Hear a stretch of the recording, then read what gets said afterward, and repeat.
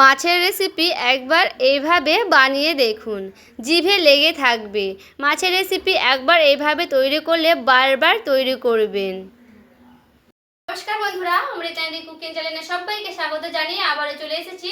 তো যে সকল বন্ধুরা আমার চ্যানেলে নতুন হয়ে এসেছেন, যারা প্লিজ চ্যানেলটি সাবস্ক্রাইব করে আমার পাশে থাকবেন, আর যারা ফেসবুক থেকে দেখছেন তারা পেজটাকে ফলো করে রাখবেন। তো স্কিপ না করে পুরো ভিডিওটি দেখার অনুরোধ রইল। তো চলুন লাইক দিয়ে ভিডিওটি দেখা শুরু করবেন, ভিডিওটি শেয়ার করি। এখানে দেখুন বন্ধুরা, নিয়ে নিয়েছি মাছ। তো মাছটা আমি খুব ভালো করে ধুয়ে নিয়ে চলে এসেছি। তো এখানে আমি মাছের ওপরে দিয়ে দিচ্ছি লবণ, পরে দিয়ে দিচ্ছি হলুদের গুঁড়া। লবণ আর হলুদের গুঁড়াটা খুব ভালো করে এভাবে আমি মাখিয়ে নিচ্ছি মাছের গায়ে। আমি খুব ভালো করে কিন্তু লাগিয়ে নিয়েছি। দেখুন কড়াইটা আমি বসিয়ে নিয়েছি, আর গ্যাসের আঁচ কিন্তু অন করে নিয়েছি। এরপরে কড়াই দিয়ে দিচ্ছি সরিষার তেল। এখন তেলটা খুব ভালো করে কিন্তু গরম করে নিয়েছি। এখানে কিন্তু তেলটা খুব সুন্দর গরম হয়ে গেছে। কড়াইয়ের গায়ে একটু লাগিয়ে নিলাম খুব ভালো করে। এরপরে মাছগুলো আমি লবণ মাখা মাছগুলো দিয়ে দিচ্ছি।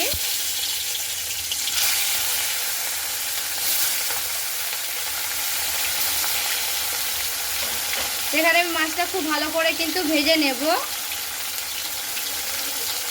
এরপরে দেখুন মাছটা নিষ্পিটা হয়ে গেলে হালকা করে উল্টে নিচ্ছি। তো উল্টে পাল্টে খুব ভালো করে কিন্তু মাছটা আমি ভেজে নেব।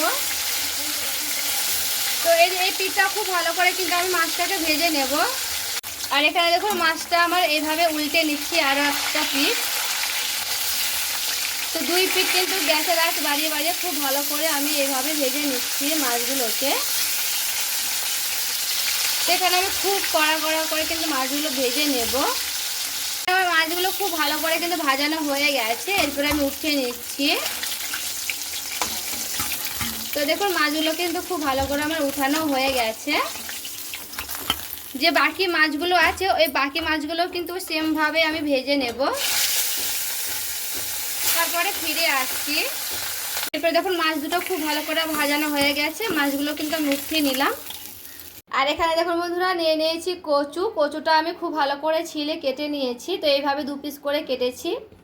এখানে কচুটা এইভাবে কিন্তু দিয়ে দিতে হবে যদি কচু দেন তবে। তো এইভাবে আলুটা সাইজটা এইভাবে করে কেটে নিয়েছি। তো আলুটা কিন্তু এইরকম করে কেটে নিতে হবে। আমি কিন্তু এই কটা নিয়েছি কচু, আপনারা কচুর ভাগটা কম বেশি করে নেবেন মাছ হিসাবে। তো দেখুন এগুলো কিন্তু আমি অফ ক্যামেরায় কেটে ধুয়ে বেছে নিয়ে চলে এসেছি। খুব ভালো করে কিন্তু পরিষ্কার করেও নিয়েছি। মাছ ভাজা তেলে কিন্তু রয়ে গেছে। তো ওই মাছ ভাজা তেলে আমি আলুগুলোকে ভেজে নেব খুব ভালো করে। এখানে আমার আলুগুলো খুব ভালো করে কিন্তু ভেজে নিতে হবে একেবারে লাল লাল করে। তার জন্য আমি আলুটাকে খুব ভালো করে এইভাবে নাড়াচাড়া করে নিয়েছি। দেখুন আমার আলুটা খুব ভালো করে কিন্তু ভেজে নিয়েছি লাল লাল করে। এরপরে আমি আলুটাকে উঠিয়ে নিচ্ছি।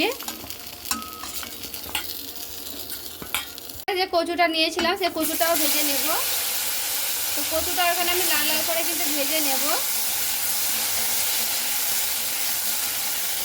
ঠিক আমার কচুটা লাল লাল হয়ে ভাজতে ভাজতে চলুন ওইদিকে আমি পেঁয়াজগুলো কেটে নেব। এখন নিয়ে নিয়েছি পেঁয়াজটা আমি কেটে নিচ্ছি। তো মাছে এখানে আমি দুটো পেঁয়াজ দেব, বেশি দেব না, বেশি লাগবে না পেঁয়াজ, এখানে দুটোতেই হয়ে যাবে। তো এই পেঁয়াজটাকে আমি একটু মিহি করে কেটে নিচ্ছি। তো এইভাবে কিন্তু মিহি করে কেটে নেব পেঁয়াজটাকে। তো এই সাইডটাও কিন্তু আমি খুব ভালো করে কেটে নেব।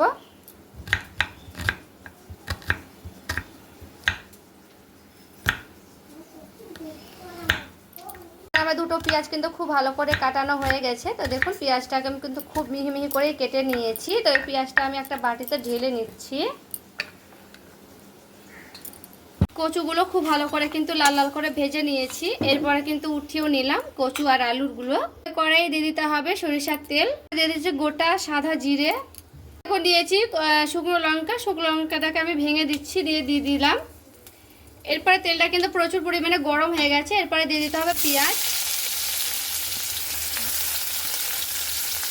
পেঁয়াজটা আমি খুব ভালো করে লাল লাল করে ভেজে নেব। এখানে দেখুন আমি একটা মশলা রেডি করব। তো নিয়ে নিয়েছি কটা টুকরো, নিয়েছি আদা, নিয়েছি লঙ্কা, নিয়েছি টমেটো আর নিয়েছি জিরে। তো এখানে একটা মিক্সিং বোল নিয়ে নিয়েছি। এরপরে খুব ভালো করে সবগুলোকে ঢেলে নিলাম। এখানে মশলাটা আমি একেবারে কম করব আজকে। এই মাছের রেসিপিটি মশলাটা অল্পই হবে আজকে, পাতলা করেই করব। জল দিয়ে খুব ভালো করে একটা মিহি পেস্ট করে নিচ্ছি, তারপরে ফিরে আসছি। দেখুন পেঁয়াজটা আমার খুব ভালো করে কিন্তু ভেজে নিয়েছি। তো এখানে আমার লাল লাল করে কিন্তু ভাজতে হবে পেঁয়াজটা। তো এখানে আমার পেঁয়াজটা ভাজতে ভাজতে এদিকে আমি মশলাটাও রেডি করে নিয়েছি। তো এরপরে আমি দিয়ে দিচ্ছি মশলা।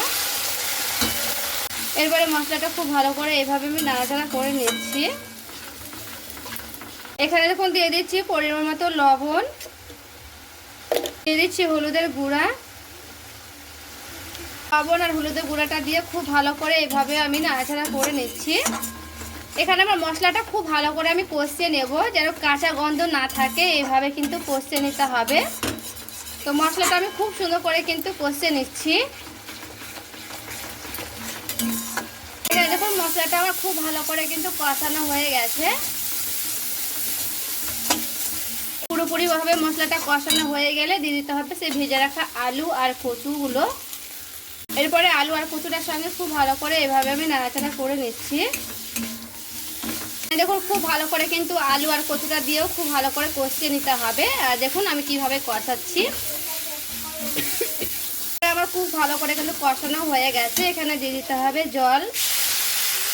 এখানে দেখুন জলটা দিয়ে খুব ভালো করে আমি এভাবে নাড়াচাড়া করে নিয়েছি। তো এখানে আমার খুব ভালো করে কিন্তু আলু আর কচুটাকে সেদ্ধ করে নিতে হবে। তো খুব ভালো করে কিন্তু টকবক করে ফুটিয়ে নিতে হবে ঝোলটাকে। তারপরে ফিরে আসছি। দেখুন খুব ভালো করে কিন্তু ফুটিয়ে নিয়েছি, টকবক করে ফুটানো হয়ে গেছে। আর এখানে দেখুন আলু আর কচুটা আমি দেখে নেব যে সেদ্ধ। এখানে দেখুন আলুটা আমার সেদ্ধ হয়েছে, এখানে দেখে নিচ্ছি। এই যে দেখুন কচুটা খুব ভালো করে কিন্তু সেদ্ধ হয়ে গেছে, আলুটাও কিন্তু খুব সুন্দর সেদ্ধ হয়ে গেছে। মাছগুলোকে আমি ঝোলের ওপরে দিয়ে দিচ্ছি এইভাবে।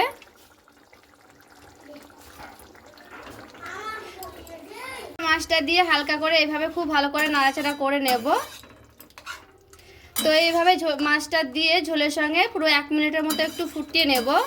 পুরো 1 মিনিট পর ফুটিয়ে নিয়েছি। এরপর আমি নামিয়ে নিচ্ছি, তারপরে দেখাচ্ছি কেমন হয়েছে এই রেসিপিটি।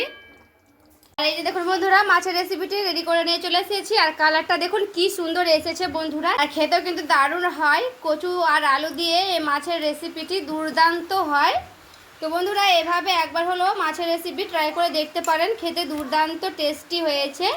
তো আজকে আমার এই মাছের রেসিপি কেমন হয়েছে কচু দিয়ে আর আলু দিয়ে কমেন্ট করে জানাতে ভুলবেন না। আর ভালো লেগে থাকলে প্লিজ একটি লাইক করবেন আর চ্যানেলটাকে সাবস্ক্রাইব করে আমার পাশে থাকবেন। তো দেখা হচ্ছে আরও একটি রেসিপির সঙ্গে। সবাই ভালো থাকবেন, সুস্থ থাকবেন।